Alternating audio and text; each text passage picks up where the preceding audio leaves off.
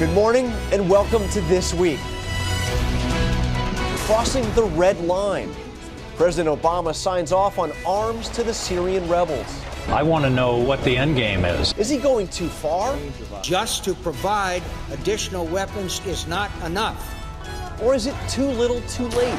And Congress needs to act, and that moment is now. the battle over immigration reform. Will it pass? This morning, a key player in both debates, Senator Marco Rubio, a This Week exclusive. Then, all the week's politics. We aren't trying to hide it. We're trying to protect America. More scrutiny over surveillance and Iran's surprising pick for president. Plus, another exclusive. He's the best dad and the best man I've ever met. Jeb Bush in our Father's Day Sunday Spotlight. From ABC News, This Week with George Stephanopoulos. Reporting from Washington, Jonathan Carl. Hello again, George is off. It is great to have you with us. Is the U.S. about to get involved in yet another war in the Middle East? After determining that Syria's government did in fact use chemical weapons, crossing President Obama's red line, the White House has made a decision to send arms to the Syrian rebels. Many in Congress have been pushing for more action, including our first guest, Florida Republican Senator Marco Rubio, who joins us now from Miami. Good morning, Senator, and happy Father's Day. Good morning. Happy Father's Day to you and to all your viewers. Thank you. So you've been pushing for a long time for the U.S. to arm the rebels. Is this going to make a difference?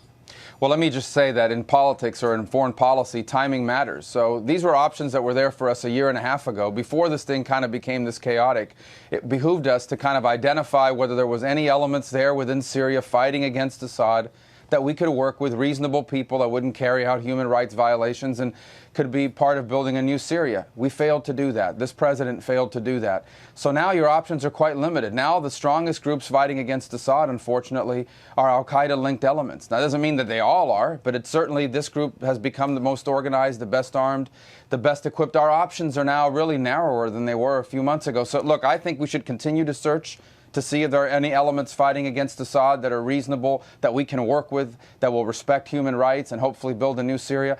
I just think it's a lot tougher now when you've got Hezbollah running around and Russia fully arming Syria and Iran fully engaged in this as well. I think that the fact that it's taken this White House and this president so long to get a clear and concise policy on Syria has left us with the worst possible scenario right now. Okay, so we're here now, though. What would President Rubio do right now? Would you commit U.S. forces to a no-fly zone? First of all, if I was in charge of this issue, we never would have gotten to this point. We would have identified elements that we could have worked with, and we would have made sure that those elements, not the al-Qaeda elements, were the best armed, best equipped, and best trained.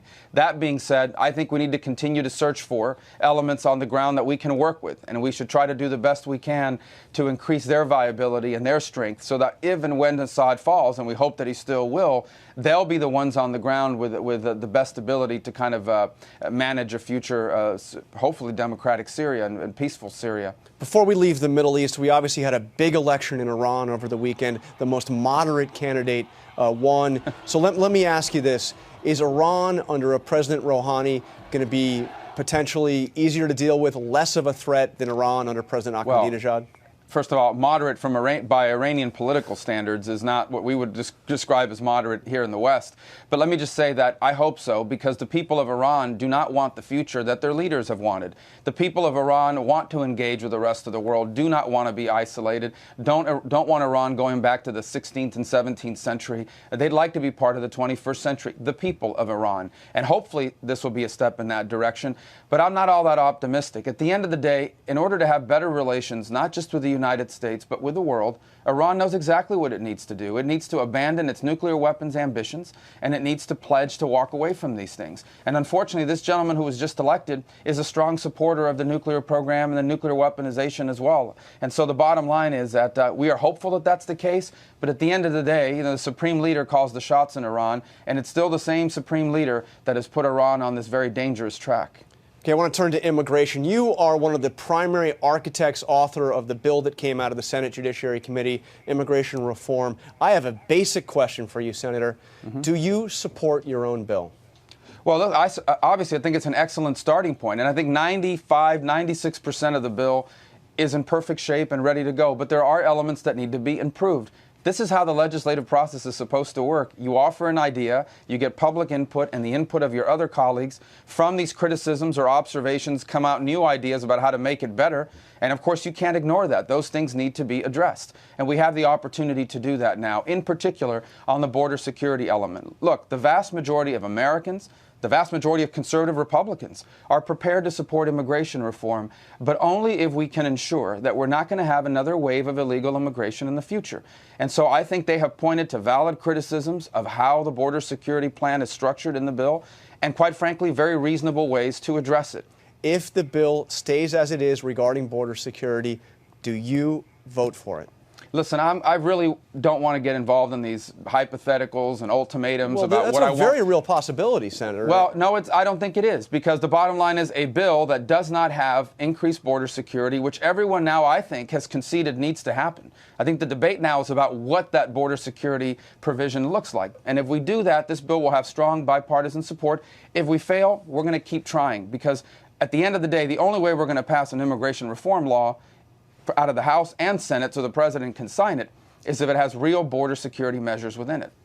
Okay, you've taken some real heat, especially from the right on this. I want to go through just this past week some right-wing commentators. You had Ann Coulter say Chuck Schumer is playing Marco Rubio. Eric Erickson said Marco Rubio is either being played the fool or we are being played the fool by Senator Rubio. Glenn Beck called you a pretty nasty name and said he is not on our side. So what do you say to this, and what has happened? I mean, you used to be the guy hailed as a conservative hero to some of these guys. Well, I think it's important to remember that on virtually every other issue, I agree with many of the folks that right now are just not supportive of the immigration reform bill. I understand why they're opposed to it. I really do. I mean, we have the most generous country in the history of the world whose immigration laws have been taken advantage of. You have an administration claiming that there's no problem, that the border's already secured when everyone knows there's not. And people are frustrated by this. And to top it all off, when you mention any of these things, you're accused of being anti-immigrant or anti-Hispanic. Now, I recognize there's a division among conservatives about it. I respect other people's views on it. I understand why they're frustrated by it. I just hope people understand that the reason why I've undertaken this is because this is a major problem that's hurting our country. And the only way I know how to fix problems is to get involved in trying to fix them. So, but directly answer that question. Are you being played by the Democrats? Is Chuck Schumer playing you, is essentially the charge? I quite frankly, I don't even know what that means, because the fact of the matter is he using you? Is he using you to try to accomplish something that the Democrats want and is not a conservative bill? Immigration reform is something that all Americans recognize has to be done. I mean, I don't focus a lot on public polling, but if you look at these public polls, it's clear the vast majority of Americans understand that what we have in place in this country is de facto amnesty, a broken legal immigration system that needs to be reformed. The president came out this week and he gave one of his first speeches on immigration in quite some time. I'm wondering, do you consider that helpful? Is it helpful when the president comes out as he did and is harshly critical of the critics of this bill?